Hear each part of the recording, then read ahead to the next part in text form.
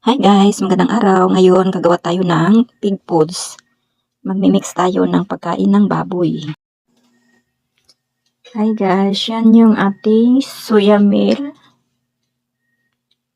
Ito yung ating copra meal. Yan yung ating fish meal. So ngayon guys, imimix natin sila dito sa powder corn. Yan yung ating corn.